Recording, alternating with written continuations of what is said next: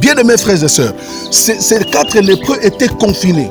Mais dans la souveraineté de Dieu, Dieu va les utiliser pour donner la solution aux questions de Samarie. Des gens de rien, des gens qui étaient abandonnés, rejetés. Dieu peut agir dans votre vie parce qu'il est souverain. Il est au-delà de l'OMS. Il est au-delà de toutes les organisations du monde. Parce que dans la manière d'agir de Dieu, il n'est pas dit que Dieu doit respecter certains principes. Non. Bien-aimés, vous qui me regardez pendant ces instants, Dieu est capable, par sa souveraineté, d'entrer dans votre famille et d'enlever la honte, l'humiliation qui trouble votre vie. Salut à tout le monde qui nous suit de partout dans le monde. Que le Seigneur Dieu vous bénisse abondamment. Aujourd'hui, il y a quelque chose de très important que nous voulons partager avec vous qui nous suivez. Il y a plusieurs manières à laquelle Dieu parle. Dieu peut agir dans notre vie. Il a plusieurs manières d'opérer. Il a plusieurs manières d'agir. Alors, nous allons voir quelque chose dans le livre de Job, chapitre 37. Nous lisons le verset 23 et le verset 24. La Bible dit: nous ne saurions parvenir jusqu'au Tout-Puissant, grand par la force, grand par la justice, par le droit souverain. Dieu est grand et il a plusieurs manières d'opérer dans notre vie. Alors, la première manière à laquelle Dieu agit dans la vie de l'homme, c'est la souveraineté. Nous voulons comprendre cette thématique qui est très importante, la souveraineté. Bien-aimés frères et sœurs, Dieu est souverain. Et par sa souveraineté, il est capable de tout faire. Par la définition, la souveraineté, c'est quoi? La souveraineté, c'est le pouvoir absolu de Dieu qui lui donne l'accès de faire ce qu'il veut, quand il veut, avec la personne qu'il veut. Dans la souveraineté de Dieu, il peut agir avec toi. Il peut agir avec une nation, pas selon la manière dont les hommes pensent. Dieu peut utiliser n'importe qui. Dieu peut utiliser qui que ce soit pour manifester sa gloire, parce qu'il est souverain. Il y a un verset très important, et pendant que je lisais ce passage, ça me révoltait, et j'ai commencé à prier, à dire à Dieu: Seigneur, exerce ta souveraineté dans ma vie, exerce ta souveraineté dans la vie de mon frère et dans la vie de celui qui me regarde. Et je sais, avant que je ne termine, Dieu va exercer sa souveraineté dans votre vie et quelque chose va changer. Lisons dans le livre de 2 Rois chapitre 7, à partir du premier verset, et vous descendez. C'est l'histoire du prophète Élisée. Élisée va adresser une parole à la nation, à Samarie. Pourquoi? Parce qu'il y avait une famine qui traînait, qui tardait, qui a frappé Samarie pendant au moins beaucoup de temps. Pendant plusieurs jours, plusieurs mois de famine, des moments de souffrance. Élisée va dire: demain on aura une fleur de farine. Il y aura des choses à manger à la porte de Samarie. Bien-aimés frères et sœurs, pendant que je lisais la Bible, j'ai compris quelque chose de très important. La Bible dit ceci: lorsque Élisée va donner la prophétie, dans la ville il n'y avait pas la pluie, dans la ville il n'y avait pas de quoi manger. Mais il ne savait pas par quelle manière dont Dieu pouvait intervenir. Bien-aimé, Dieu est souverain. Comment Dieu va opérer le miracle?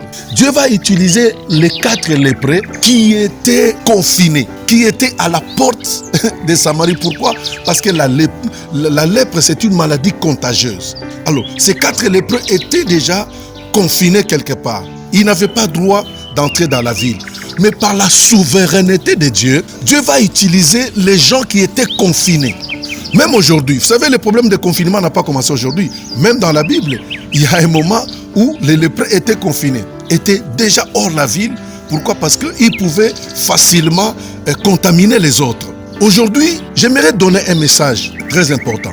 Il y a le frère, vous allez m'excuser, je cite son nom, le docteur Jérôme, qui a découvert quelques produits pour la pandémie Covid-19. C'est un Congolais. Vous savez que dans la souveraineté de Dieu, dans des moments comme ça, Dieu peut élever quelqu'un. L'OMS peut douter, peut dire non. Mais sachez que Dieu, la souveraineté de Dieu est au-delà de tout ce que vous pensez. Dieu peut élever quelqu'un dans des moments comme ça, un Africain, et Dieu lui donne la capacité de donner la solution à toutes les questions de l'humanité. Et ça, je vous dis, c'est une prophétie. Parce qu'on ne peut pas empêcher Dieu dans sa manière d'agir, dans sa manière de faire les choses. Dieu peut élever quelqu'un comme ça. Et il donne la solution aux questions de l'humanité. Parce qu'il est souverain.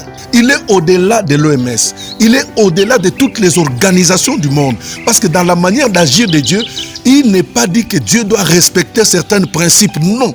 La souveraineté de Dieu lui donne le pouvoir d'agir.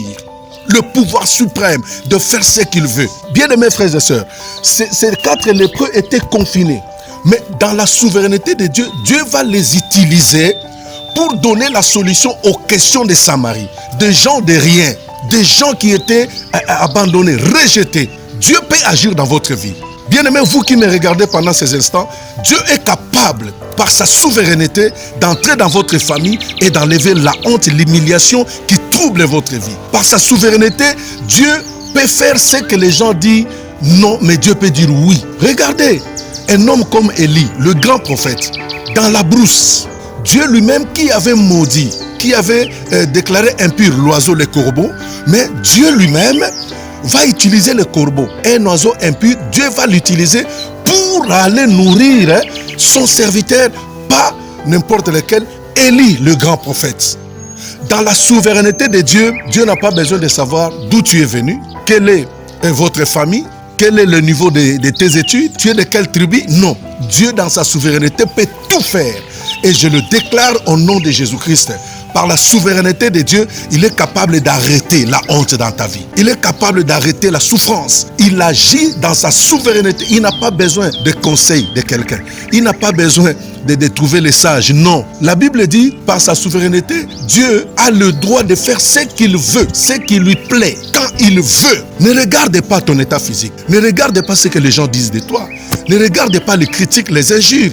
Mais Dieu, au-delà de tout ce qui est dans votre vie, il est capable d'agir parce qu'il est souverain. Il est souverain et capable de faire de grandes choses dans votre vie, de grandes choses dans votre ministère.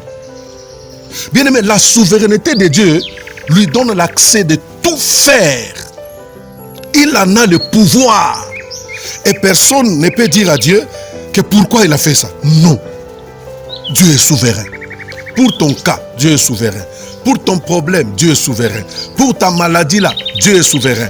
Pour les difficultés qui arrivent dans ta vie, sache que Dieu est souverain et il est capable d'opérer au-delà des langages des hommes, au-delà de tout ce que le monde peut penser, au-delà de tout ce que le monde peut dire. Mais Dieu reste souverain et capable d'agir dans votre vie par sa souveraineté. Alléluia.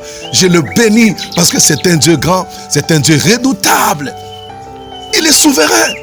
Et je prie, je déclare que par la souveraineté de Dieu, qu'il agisse dans votre vie. Toi qui as été abandonné, toi qui as été rejeté, comme ces lépreux qui étaient confinés. Dans ces moments de confinement, Dieu peut exercer sa souveraineté sur une nation. Il peut exercer sa souveraineté sur un peuple pour que la gloire soit manifeste. Il peut passer. La souveraineté lui donne l'accès de faire tout ce qu'il veut, même dans votre vie. Même si tu n'as pas étudié, même si tu es né dans une famille pauvre et malheureuse, mais dans la souveraineté, Dieu peut te prendre de là. Dieu peut te prendre en bas et Dieu peut t'élever. Je bénis le Seigneur parce qu'il va te faire du bien. Que Dieu vous bénisse abondamment et soyez coachés sur notre chaîne. Merci.